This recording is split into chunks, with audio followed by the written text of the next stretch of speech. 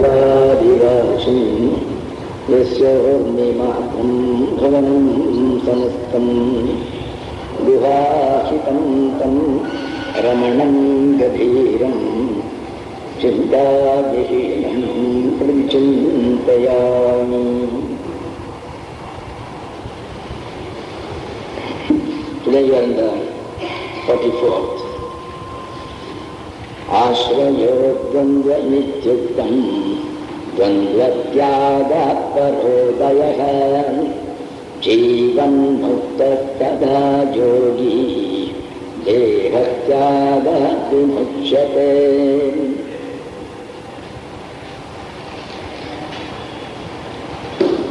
Here he talks of the two stages of Mukti. Well, in Vedanta, we always believe that the final liberation, one need not wait for death to get liberation. The Vishishta Dvaita, as well as so many other cults, like the yogis who go by the Patanjali Yoga, they all believe that Mukti can be had only after death, while it has been proved that while alive a man can get liberation, and that is called the Jivan Mukti, that is liberation while alive. If it had not been the case, you would never have had a Ramana, you would never have had a Buddha. How could we have all of them? They were all, we knew well, whoever came into contact, it was so evident that they have become one with the final consciousness. So their Mukti was so self-revealing to everybody. There is no question. Nobody ever doubted the fact. They never came and announced that here I am a Jivan Mukta. Nobody announces it.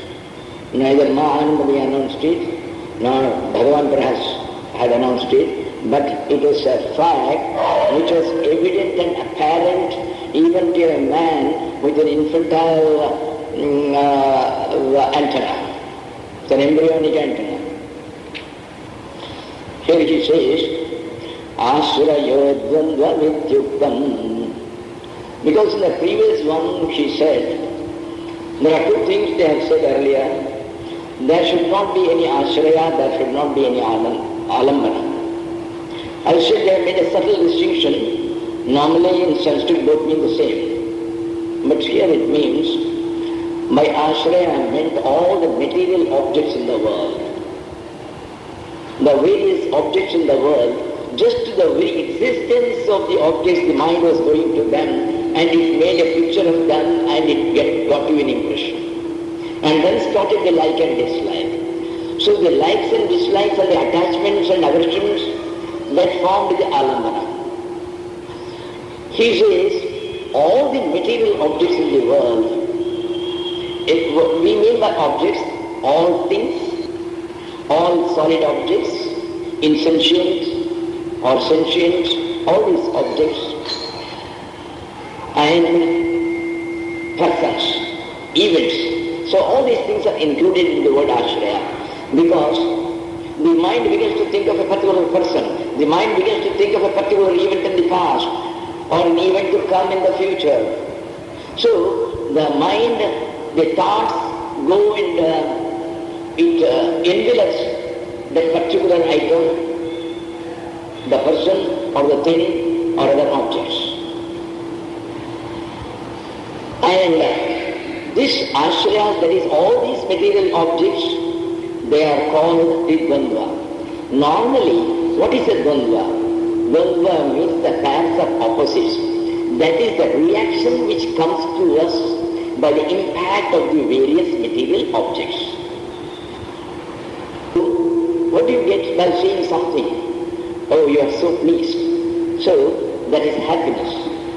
You see something else which is not your liking, it brings a revulsion in your mind, its very appearance is repulsive, so you get dislike. So these things, happiness, unhappiness, like, dislike, victory, defeat, so these are all the paths of opposites. Why they pair them together? Because they are not different. Light and darkness are not different. It is only a degree. When the degree of light happens to be very low, you call it darkness. So both of these opposites, they form the two ends of the same scale. They are not different from each other. That is why the logicians known as Tarkikas, when they counted the number of dravyas and objects in this world, they included light, but they never included darkness. So there is a discussion in the logic why.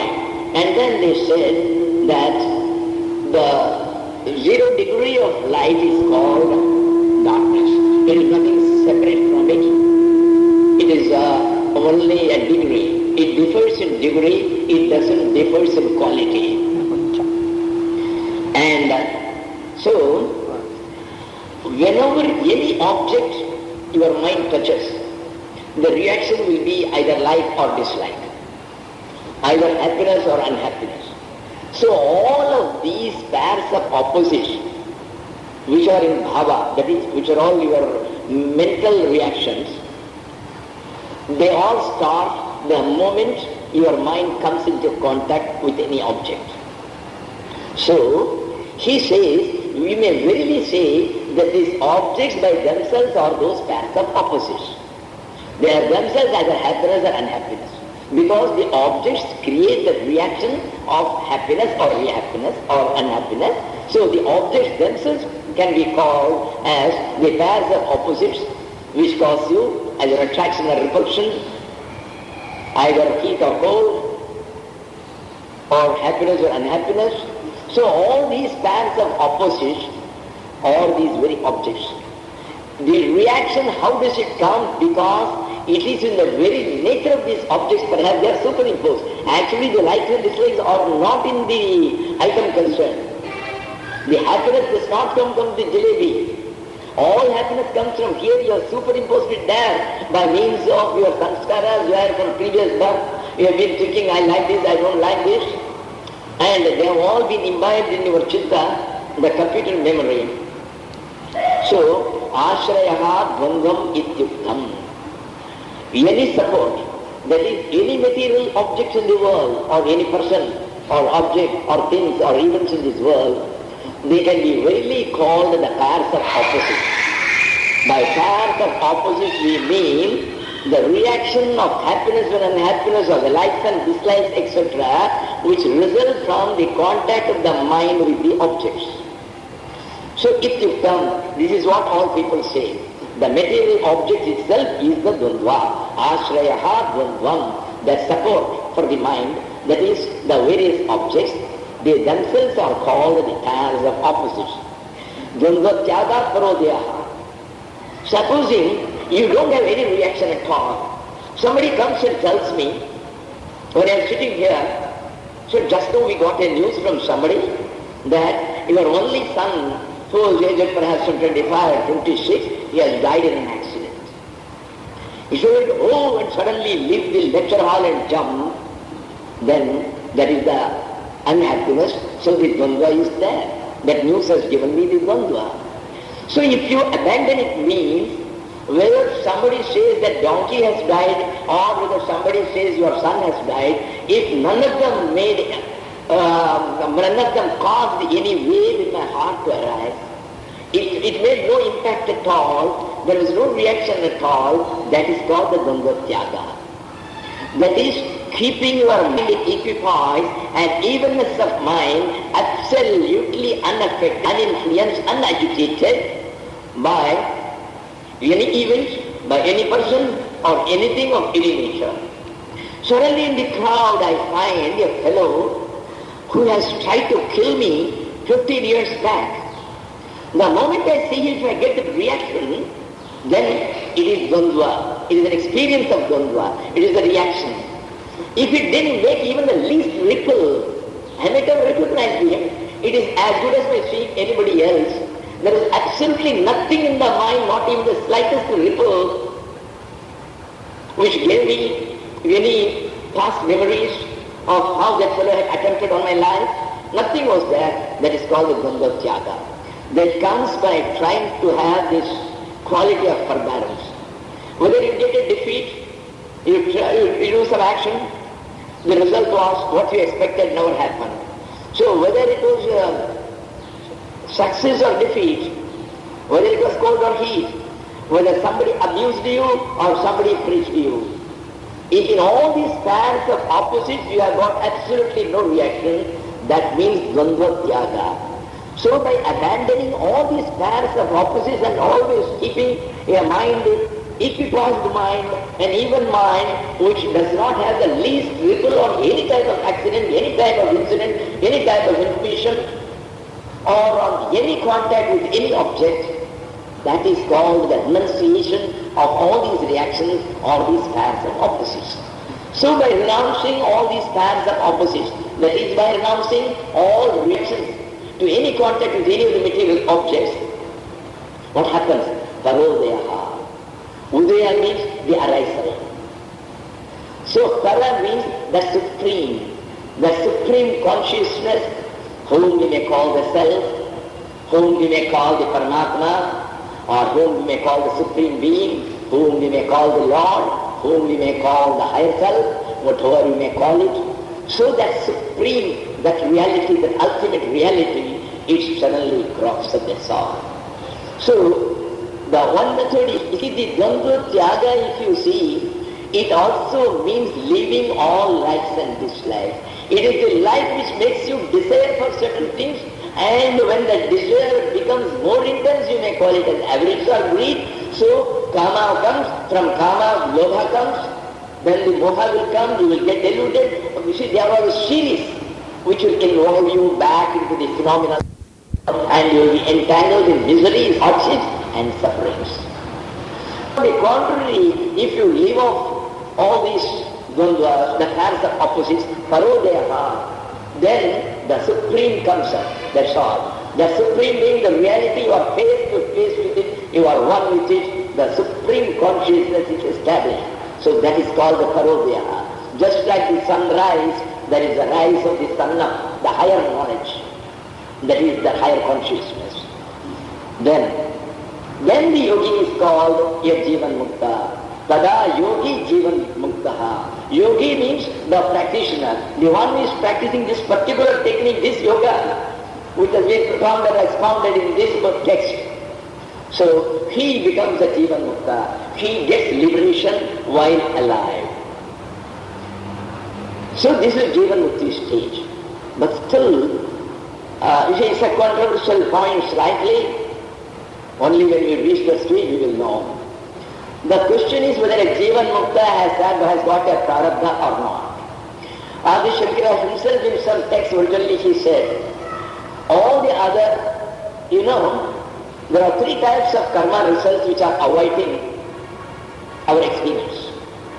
Suppose in this birth I did certain actions. Somebody left your purse, I took it away saying Swami Shantaranga is a great Swamiji, he will not be suspected, so I keep it for myself. So I did a bad deed. Now, any deed has got its own reaction built in, and as I have done a bad deed, I have to get a punishment. If on the contrary I have given some money to some lame man or some poor man, it will also go into the credit of my account kept by the cosmic auditor, and I will have to reap its fruits in the form of a lottery, in the form of a sudden promotion, something like that, some bonuses, some unexpected bonuses, I will be rewarded. So we have to take birth for those purposes. So all these karmas which you are doing and which you have done in the previous births, they are all not immediately allotted in the next birth. We do so much of bad deeds. If God were to allot the results of all the bad deeds of one birth in the next birth, we will commit suicide every day. So that is why in his compassionate manner, he distributes it over several births. The result of one birth, it is distributed over several births in his supreme compassion. So naturally, the balance which is kept, so this for this birth, for my 80 years of life, say, so a quanta of karma has been allotted, it will come in the various forms, good and bad. I will get some rewards, I will get some punishments. Somewhere somebody will be offering me 10,000 rupees, somebody will be offering me a car, somebody will be put me in the jail and he will say he is a child lifter who has come to this village. So all these things will be happening, good and bad, the results of my past actions. So the allotment which is made for this birth, it is called the prarabdha. So the balance is remaining there to be allotted. It is kept in a separate reservoir, so that overall reservoir which contains all the balance of your karmas which are to be allotted, it is called the sanchita karma, the accumulated karmas which are yet to be allotted over several births. Then you are continuing to do some fresh actions in this birth. So the result are kept in a separate small reservoir which is called the kriyamana or agami. It is supposed to be for the future. But then when this birth is over, this is taken and put into the overall reservoir, it becomes one, and then the allotment is made. So that is how it is done. So we have got the three types of karmas. The one which is the overall reservoir, which contains the balance from all the other births, it may be even 30 lakhs of births, which is called the sanchita. Then temporarily the transit camp in which whatever you are doing now in this birth is kept. In a way, there are special cases where Bhagavan makes supplementary allotments in this very month. Atyukkataihi punyapapaihi ihaiva phalamashinte. If somebody does some extraordinary good deed or extraordinary bad deed, the God doesn't postpone the rewards or the punishments for the next birth. He says this man should know in this very birth that by doing such extraordinary good things, he can get the result in this very birth. Atyukkataihi punyapapaihi. If you do a lot of punya, the result will be in this very birth. And it is not taken to the next birth. This is a supplementary additional allotment. This is only in special cases. Similarly, it happens in respect of the papas also, the sins also. Bhagavan doesn't want that you should learn about it in your next birth by anumana. He wants you to know, now I have done such a criminal deed and this is the result I am suffering. One has to know. This is what is the rules. And that is why it is kept in a separate reservoir, lest it may not be lost or it may not be mixed up in the overall reservoir. Now, so, the Jivan Mukta, according to many, all the karmas are just burnt off by the jnanagni, by the fire of knowledge, except the prarabdha. Why? The prarabdha, they say, is just like an arrow which has already left the bow.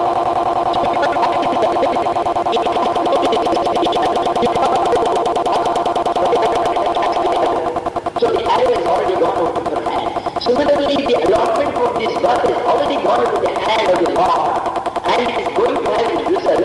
Nobody can prevent it. It is infallible. It is result. The prarabdha.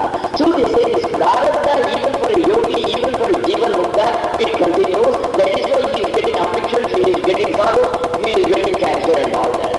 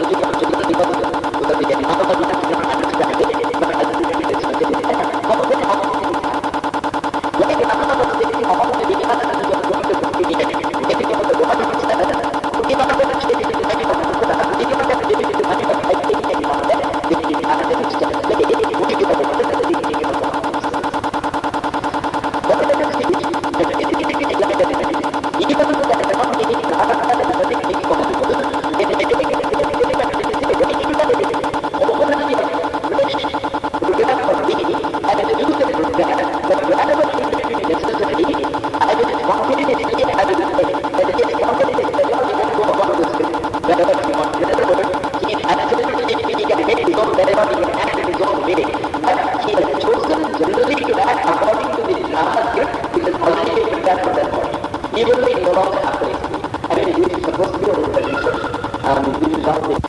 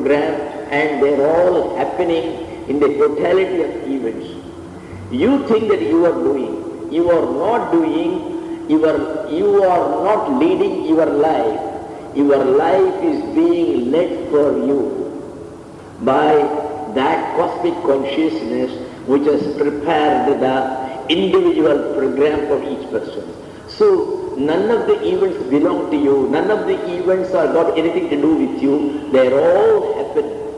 The smallest tap you make here, it goes up to the end of the universe, all the particles in the world are affected. This is what today's scientists say.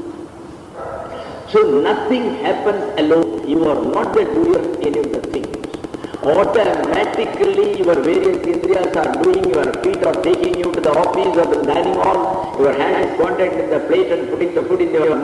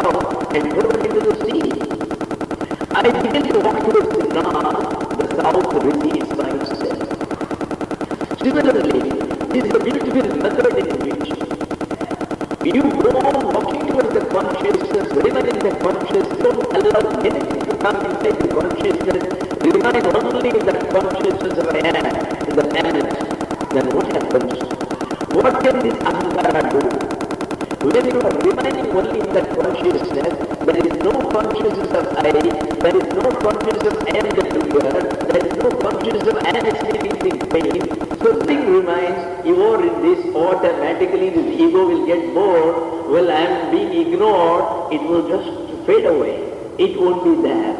So that is the beautiful technique here. And she says,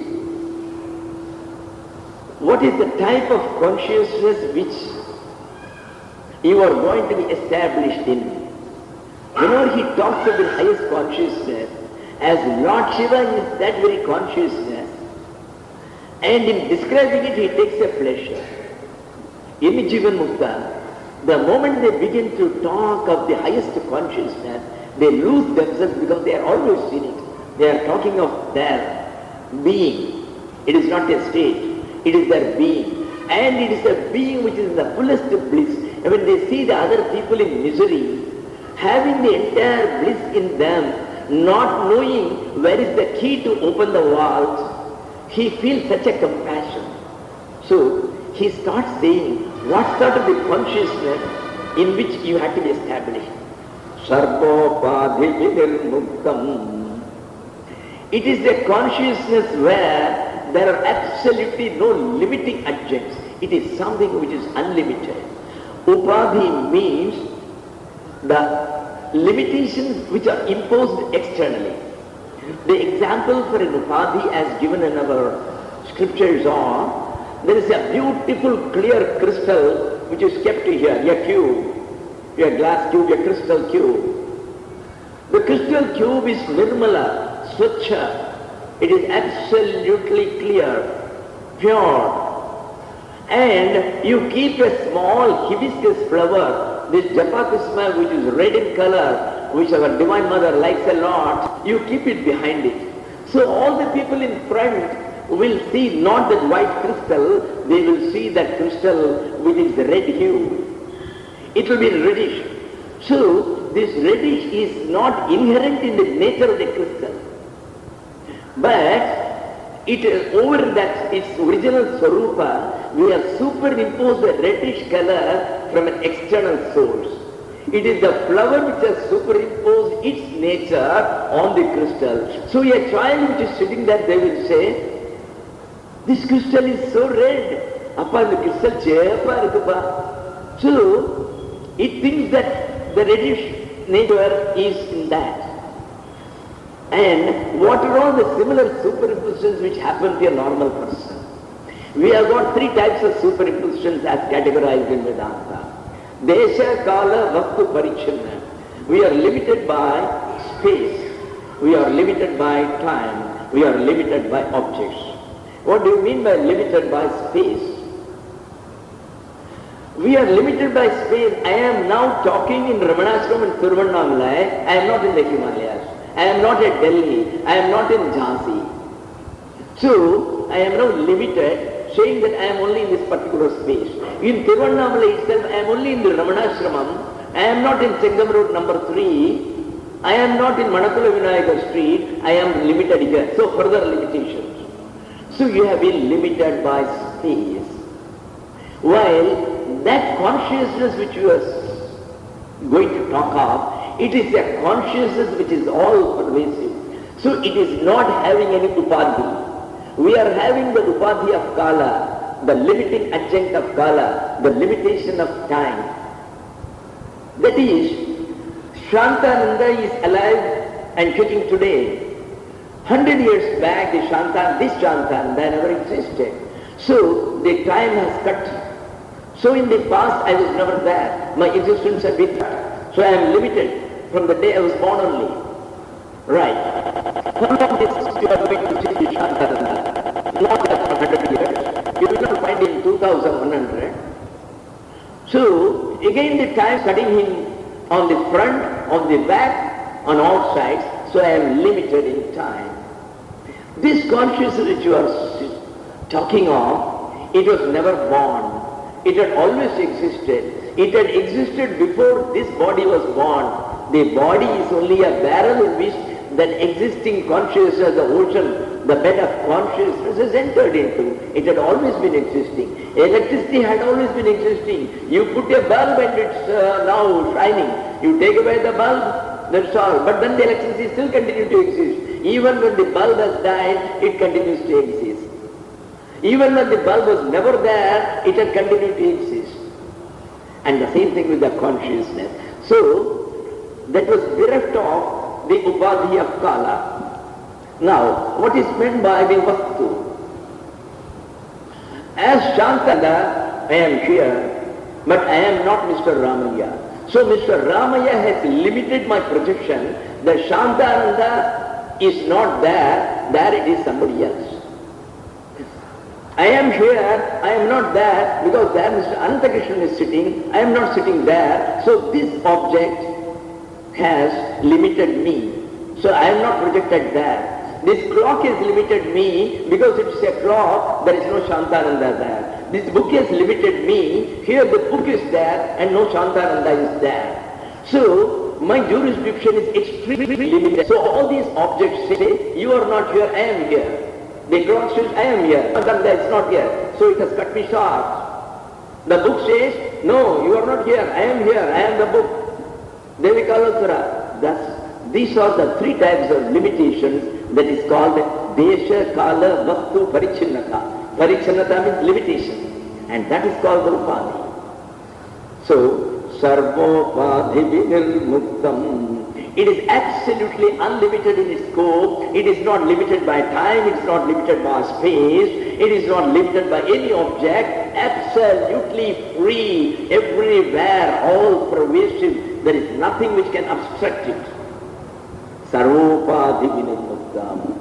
It is free of all such limiting things. Then, Chidrupam, yes, what's its form? It is consciousness, that's all. Consciousness is not a liquid. Consciousness is not a solid. Consciousness is not a gas. It is a separate thing which our scientists may call as energy. And the energy has no form. Inside the energy, again they are finding some particles, and inside the particles there are so many things which come and go. Nobody knows the basic constituent which is inside a proton or a neutron. Till today they have not been able to realize it. So, the particle, they have said that theory of indeterminacy, which was promulgated in 1962 and further confirmed in the latest Bell theorem, a particle can never be described. It is impossible to describe it, say, this particle is this, it is made up of this constituent, nobody knows what it is constituted of. It is called Anirvachaniya in our Vedanta. And, alright, this consciousness, what are the times when you can see that? 10 to 5? No, Nirantaram, it is always there. And why the word Nirantaram has been put? You see, our Hinduism is very near to the Buddhism, but unfortunately it differs widely in some essentialities. One of the main theories of the Buddhism is what is called Kshanika Vijnana. There they believe that it's a consciousness. They also believe it is that consciousness which has taken all the forms. There is nothing called a fan. This fan is only the guise which my consciousness has taken. That is what we also see. But then they say, it is not one consciousness. Every second the consciousness, different consciousness comes. Even I think I am conscious of the fan running for the past half an hour, I am sitting and watching. Every second the knowledge has differed. The first knowledge of the fan disappeared, another knowledge of the fan came, the third knowledge of the fan came, then the fourth knowledge came, the third died and the fourth came, fourth died and the fifth came, because it is so continuous, just like the cinema show where the separate films are shown. When a man is taking his hand, it consists of 1,000 films. When it goes, rotates, it looks like I am doing like this in the cinema. But actually, there is a film only up to this, there is a film up to this, there is a film up to this. So all this together, it makes a quick movement. So in the same way, they say it is called Kshanika Vijnanavadis, or what are known as the Yogacharas. There are mainly in the there are three types, the Yogachara, Sautrantika, and one more. So these Sutrantika, these people are supposed to be, Dhavanisha Shunyavadi, while Yogachara calls it a Kshanika Vijnana. Kshanika means momentary. So it's a momentary consciousness, there is nothing called a permanent consciousness. That is why there is no supervision, there is no ultimate personality, there is no ultimate reality. That is how it comes. It is that is why he says, you see, there was a chap who was coming to Buddha for 40 years. He was a businessman. He was thinking that Buddha will give him realization. He got nothing after 40 years. He got frustrated. One day he gave left and right to Buddha. You are a hypocrite. You are posing as if you are a religious soul. You got nothing. Otherwise, why can't you give me? I have been coming to you for 40 years. And whatever you told, I have been doing. And then he abused him right and left. The next day he felt, oh, what have I done? Such a big soul, an enlightened soul, I had gone and abused him, and I will have to go to hell. Nobody can ever forgive me. So he goes to Buddha and seeks forgiveness. Buddha says, the Buddha whom you abused yesterday, he is no longer present.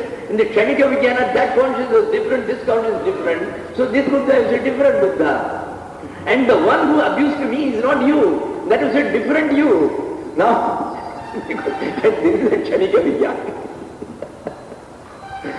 So, that is why to differentiate it, he says, no, this is always, it is constant, nirantaram. This aham is a constant music. This music goes on forever, anavaratam. Then, so this type of the consciousness, you remain in that consciousness and say that I am the Shiva, that ultimate consciousness.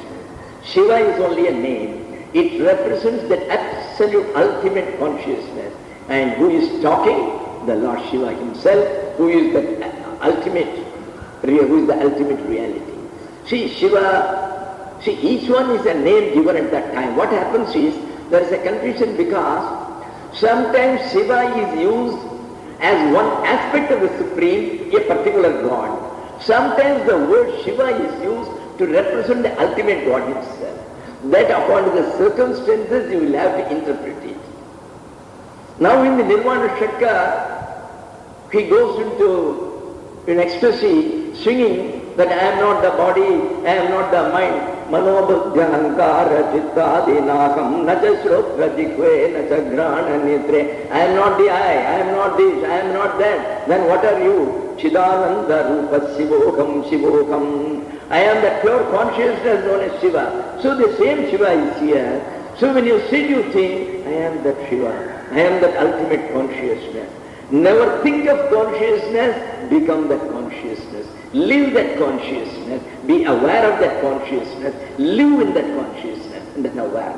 That is the only way. That Shivoham iti dhyatva. So, even though the word is there, you meditate that I am Shiva. This is only to make us understand, it's a common parlance. There is no meditation. There is no question, it is not a mantra to be repeated. I am Shiva, I am Shiva. No, remain as Shiva. There is you become the Shiva. Remain in that ultimate consciousness. You say that I am the Shiva, the entire world is mine. There is a beautiful Shanti mantra which comes in the Taittiriya Upanishad. It is a small one. And Shravanananda, commentator of the Ramakrishna mission, he has written from somewhere, the authority. If one reads those 4 lines, it is equivalent to reading the entire Vedas. It is actually the exclamation of a person who reached that state. Aham vichasare riva, kerte prashtam gire riva, urdhapa vitro vajaniva sumridhamasmi, dravidam samatyatam, sumedha avrutokshitah, iti trishankor vedanuvachanam. Every day they sing it here. It is such a holy, such a beautiful small hymn. If anybody reads it, you get the fruit of reading the entire Vedas and Samhita. And this is an exclamation. He has become the final consciousness. So he says, oh, I am the axe which cut off this entire samsara and thrown it aside. There is no samsara now. Aham vriksha sareriva. There is a tree of samsara. I am the reriva. Reriva means the axe which cuts.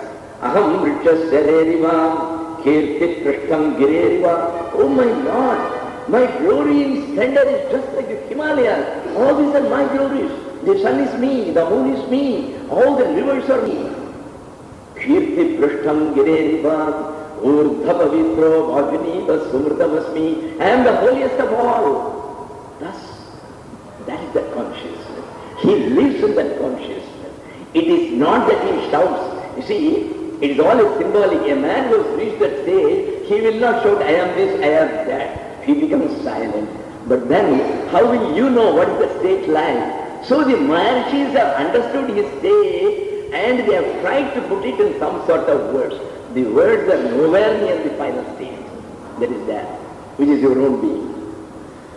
Tat Shivoka Vityadhyatva. So I am that Shiva who is always there, who is Nirantara, who is freed from all the limitations. Sarvopadi Vinirmuktam. When you do like that, what will happen? When you have become the Shiva, Shiva is the representation of the ultimate in Vairagya. See, he is the consciousness who has become all. What does he need? Now you and I think that something is apart from me. I think this clock is apart from me. So I say, I would like to possess this clock. When I know I can create lakhs of such clocks just by my sankalpa, why should I bother? It is I who becomes the clock. The moment I think of it, the clock comes. The entire world is my manifestation. And where is the question of my being tempted by anything in this world? Everything is my creation. They are all in me. So why should I bother about it? So Vairagya is its swarupa practically in life. So you will never have any attachment towards anything. Sarva Saktim Vivarjayi. Then what will happen? You will leave off all the attachment to the world, including to your body. Where is the ego? Where is the ego? Ego stands on your attachment. Because of attachment, you do the action. Because of the action, you think I am the doer. Now, there is no action at all according to you.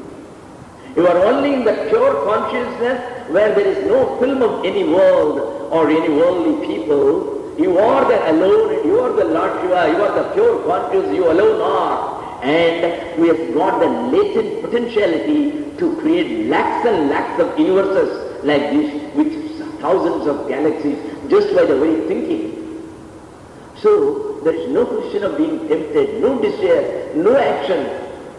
When there is no action, there is nobody to say I am the doer. So there is no doer at all. So this is one method of leaving the ahankara. That is why it has come next. Sarva Saktim Vivarjayi. Leave up all attachment, automatically where will the ego remain? Ego remains because of attachments, and on account of these desires and attachments, you are doing an action and you ascribe that action to yourself, the doership to yourself. When all these things have gone, the ego is gone. Then Desha Jatyadi Sambandhan Varnashrama Samanvitan Bhava Netan Parityajya Swabhavam Bhavaye Bhavaye Tada. He is giving you a pitfall in the remaining in your consciousness. That is, he is giving you a tip. Yes, you remain in the consciousness, but see that certain factors never disturb you. Leave off all those things also, because it does not come into the attachment, in the strictly speaking, because it is not an item to be possessed. So what are they? Desha Jatyadi Sambandhan Varnashrama Samanvitan Etan Bhavan. These are the factors which you should leave in order to get established in the pure consciousness. What are the factors which you have to leave before you can get established in the pure consciousness? Number one, Desha Jatyadi Sambandhan Bhavan. You always think that, well, I am from Switzerland, I am an Indian. Oh, Vedanta is my birthright, I am an Indian. So, you have got a bhava, you may not tell, at all times you are feeling that I am a German, I am a Czechoslovakian, I am an Indian, I am French.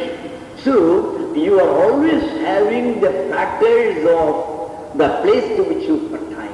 When you go into the higher consciousness, you are not a man, you are not a woman, you are not a thing, you are not an energy, you are only the consciousness. Where is the question of your letting yourself to any country and says that I hail from this country, I like from that country. So that bhava should never remain. You have to become zero in all aspects.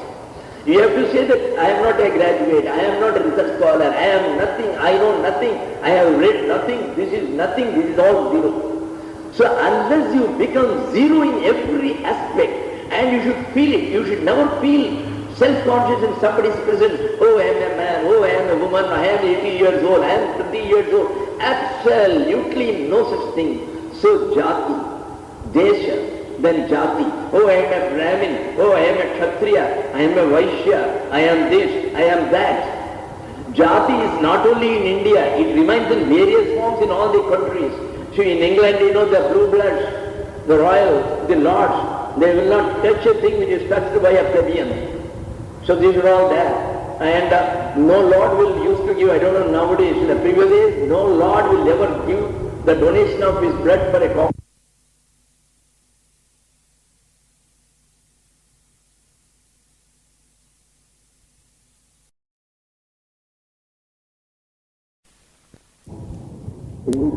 Royal blood will be given only to the royal people. That is there. So this sort of jati in some way or other, either based on economy or based on some other culture or tradition, it is there everywhere. So it applies to everybody from all the countries. So never have such distinctions that I am a Brahmin, I am this, I am that. Completely all limitations should go. This is a limitation. Then if you are a Brahmin, then you are not among the people who are born among Vaishyas. So you are all pervasive consciousness. You are with Vaishyas. You are with the lowest bone. You are with the animals. You are all. So where is the question of limiting yourself, saying that I am a Brahmin, I am a Vaishya? The question should not raise. Neither there should be superiority complex, nor should there be an inferiority complex saying, no, the Brahmins are a superior race. See, it is equally bad. It is as much bad for somebody else to think that I don't belong to the superior race, as for the man of the superior race to think that I belong to the superior race. Both are equally bad. The question of a jati doesn't arise. You see, it is only through your karmas and certain things, and according to the gunas which were in you from previous birth, according to the conditioning and according to the spiritual constitution, you happen to be born among certain castes. Your father was a Vaishya and you are born to a Vaishya. Otherwise, it would have been as easy for me, who considers myself as a great Shastrigal today, I might have been born in the house of a Paraya, in the house of the Antaja, in the house of somebody who belongs to the untouchable race. Or I might have been born in a Muslim family. What is that to prevent? So simply because I was born, I can't consider say that I am a Muslim and I don't like them. Today you die and you may be born in some other form. Next day you may be born in another country. So there is no question of saying that I belong to this. It's not your permanent position. It won't take a minute for me to die from this body and then I may take any other body. The body could be in a Muslim country, the body could be in a worm. So how can I say that I am this jati, I am this varna? These are all going to be the bondages. And so long as they are there, you will never be able to rise to the higher consciousness. You can rise to the higher consciousness only when you leave out all these pasas. See, there is a story, I don't know that I have told. There was a great sannyasi. He was living about 150 kilometers away from Kashi. He was aged about 92 and he knew that his end is nearing. It's a question of another 3-4 days. He calculated, he asked his shishyas, look here, I want to die in Kashi, because if I die in Kashi, I'll get my moksha. So you arranged to take me in a big palanquin. So all the shishyas together put him in a palanquin and 10 of them, by one after another, they were all taking him by turns. They were all taking him. Barely some 4 kilometers were left for coming to Kashi. They are still in the outskirts. They have not yet come within the jurisdiction of Kashi. This Swamiji, who was in his earlier days, comes from a high Dikshita family, a family who have done yagas and yajnas. We call it a Dodda Shastri. He comes from such a high eruditious, early Brahmin family. But he is now a sannyasi. He's asked one of the shishyas, please stop the palanquin. I am feeling terrifically thirsty. From somewhere get me some water. In those days, people never used to travel with their water bottles. They are recent discoveries. So, the fellow took a glass when he was going here and there, and as luck would have it, there were no public taps, and there was only one colony. It was the colony of untouchables, Paraya. And they said that for another 6 kilometers you will not find any colony, so he can't get water. And the Guru is so thirsty, and he couldn't even talk. He said, doesn't matter. See, because we have heard in the Shastra that at the time of Apatkala, see, when there is a crisis, certain things can be transgressed. So he takes that water, goes and gives it. The Guru doesn't ask any question because he is so thirsty, and immediately he drank the entire thing. After drinking, he asked him, where from did you get it? The fellow couldn't tell a lie. So he said, sir, I got it from that untouchable colony. Oh my Lord, in my last days my jati is gone. And with that he died that day. And in the next birth, he was born in the family of drum beaters. They are all considered as untouchables. But by the Lord's grace, the memory of the past birth remained. Oh my Lord, the jati had become a pasha, it became a bondage. Otherwise I would have perhaps got my mukti, and it has brought me to another birth. So in this birth I am not going to talk. I thought and I talked and I suffered. So I will not think of anything, I will not talk to anybody, I will remain mute and dumb. So everybody thought this boy is mute and dumb when he remains like that. And one day his father had to go for a marriage, he won't get leave because he's the only man who goes at night and drums and say, hey, be careful, be awake, jagrihi, jagrihi, wake up, choras, the thieves may come.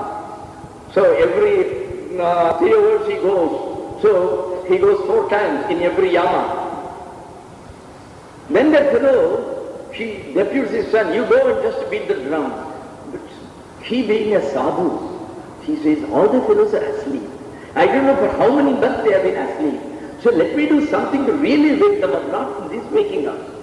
So he goes and tells one shloka, Ashaya badhyate lokaha, karmana paribuddhyate. And he says, Tasmat jagrihi, jagrihi. Look here, it is desire which gives you this birth. Ashaya badhyate lokaha. It becomes your bondage. And the desire, what does it do? It makes you do an action. I desire that my son should come first in the MSc. So I try to go find out who is correct in the papers, give him 1 lakh, 1, 2 lakh, see that my son gets the maximum marks. So naturally, this I have done a bad action, I have to suffer for it in my next birth. So the cosmic order puts a mark against you there, this fellow has to get such and such punishment in the next birth. So you are caught. Karmana paribadhyate. So the desires motivate you to an action, the action is going to catch you. Please wake up. Don't be tempted by such desires. And then there is another one he says, the other one is Aishwaryam Swapna Sankasham Yavvanam Kusumopamam Kshanikam Chalam Ayushyam Tasmat Jagrihi Jagrihi. Don't think you have got enough of money and all that. It is just like in a dream.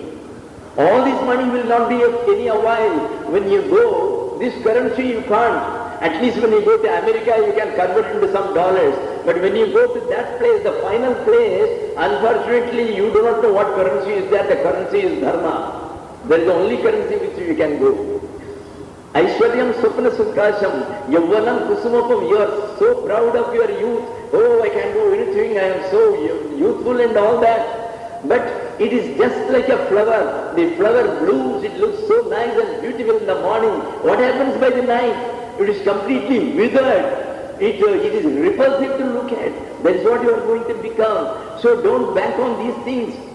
And Kshanikam Chalamayushyam. How long are you going to live? It will look like a minute in now it looks it is only barely yesterday I passed out of my college. But how many years have passed? It is nearly 70 years, 65 years have passed. But it looks to me just like that. Kshanikam, in 1 minute the entire life is gone. Tasmat jagrihi, jagrihi, be aware, you get up. So this jati abhimana and all these things, they are all going to be a bondage. That is why he says, you leave them on.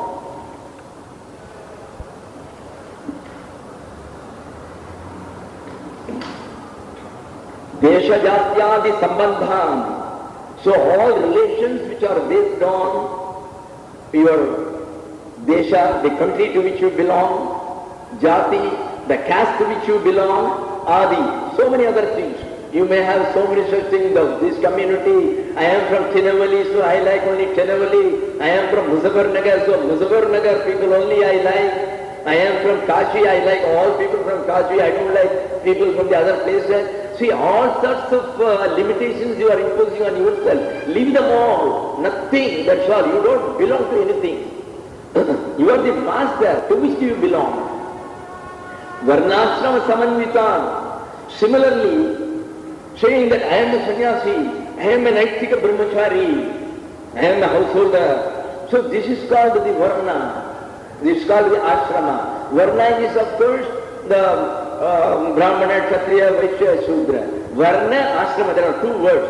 Ashrama means the station in life, that is whether you are a householder or whether you are a brahmachari or a celibate or whether you have become a monk or a mendicant. So this is called the ashrama. Varna means the caste. He is a Brahmin, he is a Kshatriya and all this. Bhavan yetan parityaja. So all these thoughts you leave. Don't live in these thoughts, don't live with these aspects. You just renounce all those things. You belong to nobody, you belong to nothing. You have no jati, you have no ashrama. What did our Bhagavan do? He was barely 16 years old. At that time he has not studied any of the Vedantic texts. The moment he reached Tiruvannamalai, when he came to the Ayyankulam, the first thing is he took out the sutra which was the symbol. He had reached the stage. But now without reaching it, many have done it. Already when they are in the colleges, nobody keeps it. But Bhagavan did it in those days in a different way. He took it and put it away there. The question number is written there. As far as the Ativarnashrami is concerned, he is beyond the Varnashrama, Atyashrami. So for him the question of Jati, Kula, nothing arises. He should not have any sign on his body to show to which place he belongs, to which station he belongs, what is his status, whether he is a brahmachari, nothing, that's all. One day you wear yellow, one day you wear white, nobody should know, one day you can even wear pants at that stage. Nothing is there at that stage. So that should be the stage where you simply ignore all these things and you go ahead. But till you do that, well, certain traditions have to be kept upon to the station till the mind gets purified and gets fit enough for these processes. Then, Svabhavam bhavaya sada. So after leaving the what you should do, remind and think of your own being. Svabhava. Svabhava means the state of one's own being. It is not a state, it is only your own self. So Svabhava means in the self. Remind the self. Svabhavam bhavaya sada. Again the wording is sada. Always. It is not, oh, I am doing this practice morning 6 to 7:30 I do. That's all, that's forgotten. So next day morning 6:30 a.m. again. No, this won't do. And then say, I was doing it on Devikalottaram for 20 years. Nothing comes. You will have to do it always, at all stages, wherever you are. Remind that consciousness. You may be cooking or you may be dealing with a file. You may be talking to your client, but remind that consciousness, always. It is possible. Aham meko na me kaschite na kamanyasya kaschit kasyachite natam pasyami yasyaham tanna pasyami yo mama. There is another type of meditation where we try to leave our identification with the body. That identification with the body is called Dehatma Bhava. What is Dehatma Bhava? To consider that the real I is my body. I means the body. Shantananda means this body. So this identification with one's body as I, this is called the Dehatma Bhava. This is the real culprit. The day it goes, you are free. You are having your Mukti. So, how to come to that Bhava? From time to time you will have to meditate on this. Aham ekaha, I am always alone, there is nobody but me, I am the Shiva, I am the pure consciousness. So in this consciousness there is nobody, no wife, no son, no grandson, no government, nothing is there, I am alone. So aham ekaha, I am all alone. Name kasyate. The question of any position doesn't arise, the position of any relationship doesn't arise. I cannot say this is my wife, this is my son, this is my nephew. Name kasyate, there is nobody who is mine. Nobody belongs to me. Name kasyate. Naham anyasya kasyachit. I do not belong to anybody else. Nobody can claim, oh, this is my nephew, this is my such and such, oh, this is my younger brother. The question doesn't arise. When you have gone to the stage of highest consciousness, leaving all the relationships, leaving all the upadhis, there is no limiting adjunct. There is no limiting adjunct. There is all relationships, all limit you, they bind you. That is why they are called bandhus. We say the relatives, there is a term which is used in Tamil, which is used in Bengali, it is used in Oriya, it is used in Sanskrit, in all the languages, it means bandhu. Bandhu means my relation. And what is bandhu? Badhyate anena iti bandhu. As fellows, they form the bondage on you. Immediately you get a telegram from a nephew. There is nobody else admitted in the hospital with paralysis. You run. So you are bound. Can you say, well, let anything happen? So it is he who has bound you. So that is why they are called the bandhus. But then in this highest stage, absolutely have no relationship with anybody. It has thorough dichotomy is what they call a complete cutting off, a complete severance with all relationship. Because when there is nothing with which you have to be connected, you only are there. All the forms are yours. There is no uncle. It is you who have become the uncle. There is no grandfather. It is you who become the grandfather. Then where is the question of yourself running to somebody? Are you different from him? That's all. And then all events are happening according to this thing. You can't prevent any happening to come. So the happenings are going to happen as they are. So don't involve yourself if you want your liberation. That's all. There is no duty in this world except the duty to your own self. Always remembering, at one stage if you are a real aspirant or a sadhak, saying I am a sadhak and remaining here for 20 years, running, oh my sister is all alone, there is nobody to help her in running, I am doing in all these things, and then saying that for 30 years I have been doing my practice and nothing comes. It is not the case. You have to completely, you have to ruthlessly cut off your relations, because there is no greater duty than the duty towards the Lord. This is meant for those real aspirants who have dedicated themselves. For other people it's okay. They have to take to look after their children, they have to look after their wife. Their duty remains at one stage. Till you decide, till you make your only goal, that God alone is my goal, then there is no question of clinging with one hand to the world and then try to cling to the Lord. You have to leave the one hand to catch the other. There is no other way. This is what all Mahatmas have said. So this is the Natam Pashyam Yasyaham. I don't see anybody to whom I belong. Nobody possesses me, I possess nobody. Yasya Aham. For whom I belong, Aham na pashyam na pashyami. I am not seeing anybody who claims the right that he has the right over me. There is nobody like that. Tanna pashyami yo mama. Nor could I see anybody whom I can call my own. There is a question of mine. The I doesn't exist. We have already left it